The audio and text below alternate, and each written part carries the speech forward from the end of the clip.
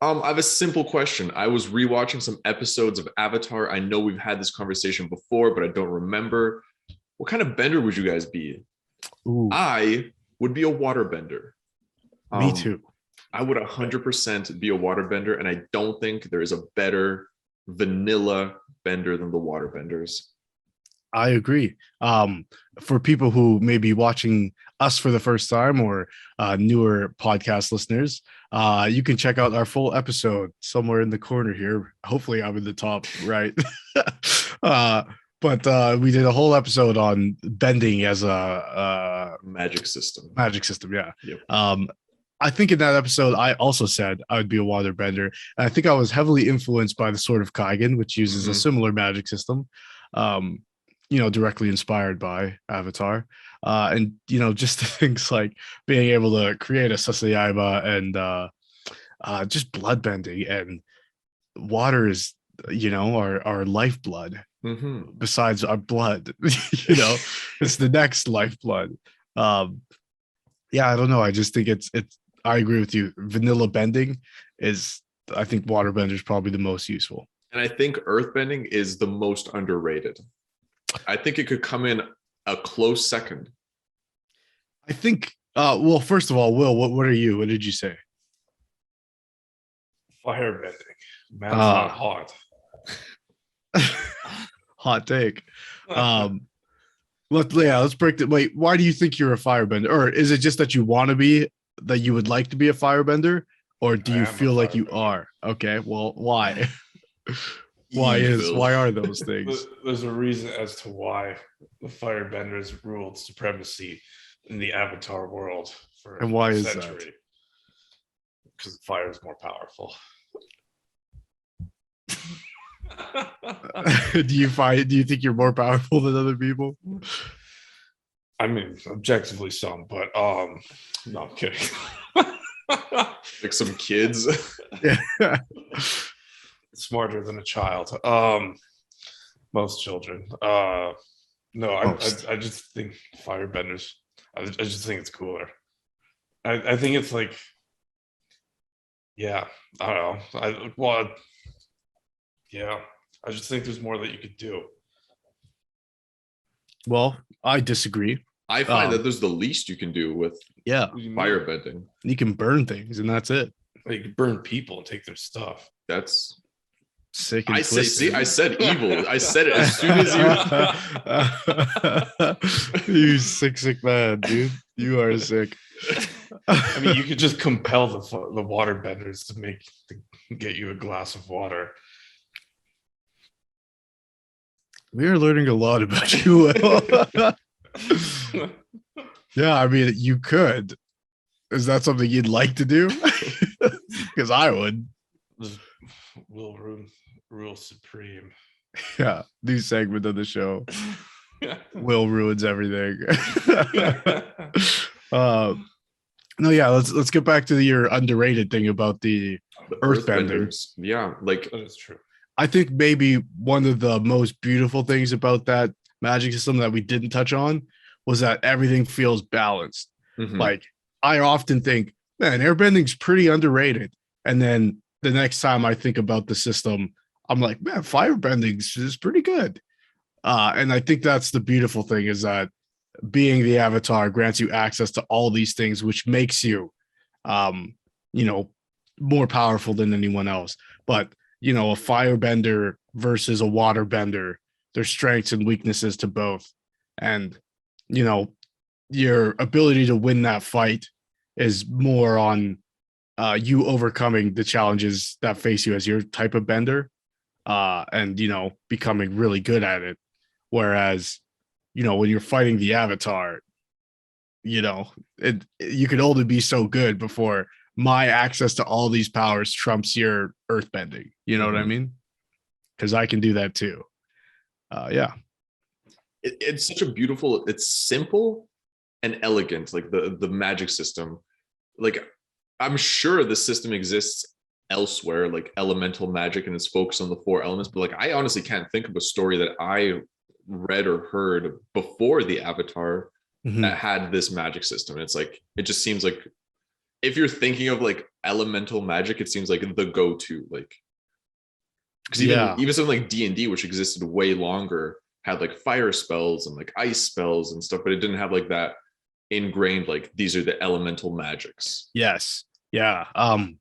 The only reference I could think of before is like for me anyways, is like the Legend of Zelda having, or Ocarina of Time specifically, where you have to get the fire gem and then the water gem, and that theme sort of repeats throughout a lot of the games. But it's not like, this society uses fire. It's like these are rock people and they live on the volcano, so they have the fire gem. But yeah, I don't know, I think, like you were talking about D&D, that made me think of like, how do you guys feel about someone having access, like, let's say it's not the avatar, but it's a magic system wherein, you're born with a certain bending ability. How do you feel about someone like the avatar being able to do multiple things? Does that kill your enjoyment of a system like that, or does that heighten it? Personally, I enjoy it. For me, it heightens it because I'm curious to see how that character would be used. Obviously, if that character just becomes like a plot armor, like anime protagonist type character that has like no struggles or developments, and it's like, okay, that's kind of boring. Then I'd prefer a story like the Sword of Kaigen, where you have people that are individual, like they can individually use their elements, and then there's like people within each element that are like near godlike specialists. Yeah. Will?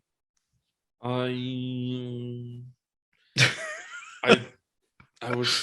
gonna have to play devil's advocate and say it kind of turns me off a bit. Ooh, okay. Why?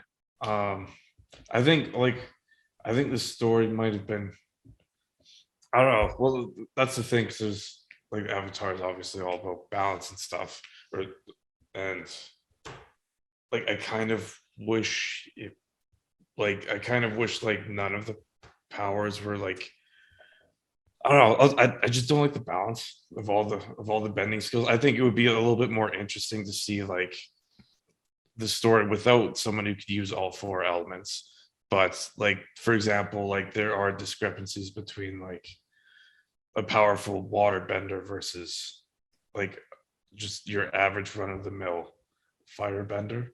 Like I think it would like lend to like a little bit more of a better conflict, I guess, like with like some of the fight scenes and stuff like that, like because like because everything kind of has a weakness but also has a strength over one another. But like I would kind of like to see that just removed, and everybody could just, it doesn't really matter with those weaknesses and strengths. That makes sense. I can understand that perspective. It feels like when you have somebody who has access to all facets of the magic system, they become like the mediator. Yeah. Where it's like, if you want to talk to the Fire Nation, you have to do it through the avatar, because he gets them or she gets them, But I don't know. I think the thing that makes that show and that universe interesting is that the avatar is always an interesting character who has to deal with adversity. Like you're saying, Luca, when it becomes like a Mary Sue type character where, it's just plot armor, I can bend my way out of anything because I know all types of bending. It's, it's not interesting anymore. But I think the cool thing about the avatar is struggling to, master those different elements, and finding where like, waterbenders and firebenders don't see eye to eye, and I am the link between them that can, show them that they're not so dissimilar. And I tend to like characters like that, where you have like characters that you don't interact with so much, and there's some kind of elevated being, and they have certain influence on the story and have their own certain restrictions. And a very good example of that is in Malazan universe. Like there's the characters like Anomander Rake, who are these like ancient beings that have immense power, and they influence the world, but like very subtly. And whenever they act, it's like major events happen. And I've always I love characters like that. So that's why something like the Avatar doesn't like throw me off. If anything, if they even made the Avatar more powerful and more like oppressive, I would enjoy that. Like I think a super interesting storyline would be like an avatar that's like a conqueror, like an avatar that wants to be like the emperor of all of the nations and sort of like forcibly unifies them. I think that would be like a super interesting story. Like you, Will. Yeah. Like if Will was the avatar. Yeah, and that's sort of the storyline of season 2 of Korra, right? Is that, you know, is the person who's trying to become the dark avatar and use it in sort of like a, not in their eyes, but in a malicious way to Korra's eyes. Yeah. I mean, there's, I think, Mistborn by Brandon Sanderson is an example of a story that begins in a world like that, where like the Dark Lord being won and defeated the heroes. And like this first book starts like thousands of years into this being's rule over all of society. And it's like, that's the setup of the story. And that's a book I haven't actually gotten into yet. I have it. It's another one of those I've bought and haven't read yet. Yeah. Okay. Question for you guys. If you had to choose, so I'm pitching a scenario where you don't have access to the magic system. You're just a civilian, a non-bender. And you can only pick one element that you have to live under. So you're a second-class citizen in a world that prioritizes one type of bender. Which element are you choosing? Specifically in the world of Avatar? Yes. And we're talking like Avatar: The Last Airbender or Korra? Both. Yeah. It's like I wanted to say airbenders. Like I'd love to be just in their temples living my life, but they all got massacred in. Yeah, but I mean, like say it's our world. So tomorrow, you know, half the population gets one bending power. Would you want it to be fire, water, earth, or air? And we are not in that half. Oh god. Yeah, we also got Thanos snapped. We're the unlucky half of society. Oh. I definitely wouldn't want to be around fire. Okay. 100%. Like Will? Yeah, I'd have to say probably Earth, I think. Why would you pick Earth? It just seems like I don't know. See, that's hard because when I think of like metal benders from Legend of Korra, so like that would just be like useful to have. Yeah, like the most practical. Yeah, but it would also be like absolutely chaotic for somebody just to like rip apart your house if it's made out of stone or something. Well, I guess all the elements are capable of ripping your house apart. So true, yeah, but I guess there is like better, faster public transport with earth bending, so that'll probably be it. Yeah, like if I'm thinking about the original series and like the cities we saw and like how they lived, I would choose the Earth Kingdom. Like I would live in Ba Sing Se. Yeah. But what if you had to live where you currently live and there was just now element benders? Which one do you think would be the most beneficial or at least have the least impact on your life? I'll probably say waterbenders because we know they have healing properties. And we live in a place of cold and snow. Exactly. So, you know, if someone who's able to remove snow, I think, you know, you talk about public transport. I mean, you know, if we can actually get road clearing done, like but no snowfall. Earth bending. Oh man, that's a really, really good point. Yeah. I still think where we are now, I would choose water. I think the worst place to possibly would be anywhere where there's firebenders. Like if tomorrow people had fire abilities, I would not want to. That's chaotic. See, and this is why I never gravitate towards firebenders, even though I think it's a balanced system. That is by far the most chaotic and the most potent for irreversible damage. Like there's less utility to having fire at your disposal than there is water, earth, or air. I think, but I guess you could be freezing out in the wilderness, and that would feel like a dumb statement to make. So true, but how many times have you found yourself? Yeah, I don't know. I've also never found myself, you know, not having access to water. We live pretty privileged lives, I guess. But Absolutely, but you found yourself in many situations to be like, oh man, if I could like move this water just a bit, like that'd be yeah, great. that's very true. You know, when my shower head's pointed the wrong direction and now my bath mat is soaked, and it's like, if I could just out this, Yep. you know. Oh man. Anyways, Will, you're wrong. And In conclusion, Will is a monster, and Yeah. waterbending is the best. You can Yeah. just compel people to do what you want with fire, right? right. I mean, you can Yeah. compel them with anything. Like you put Yeah, a but if giant half the boulder- society has firebending, there's not much compelling going on. It's just depression. Just chaos. Yeah, who compels who? Fire cleanses. Oh my gosh.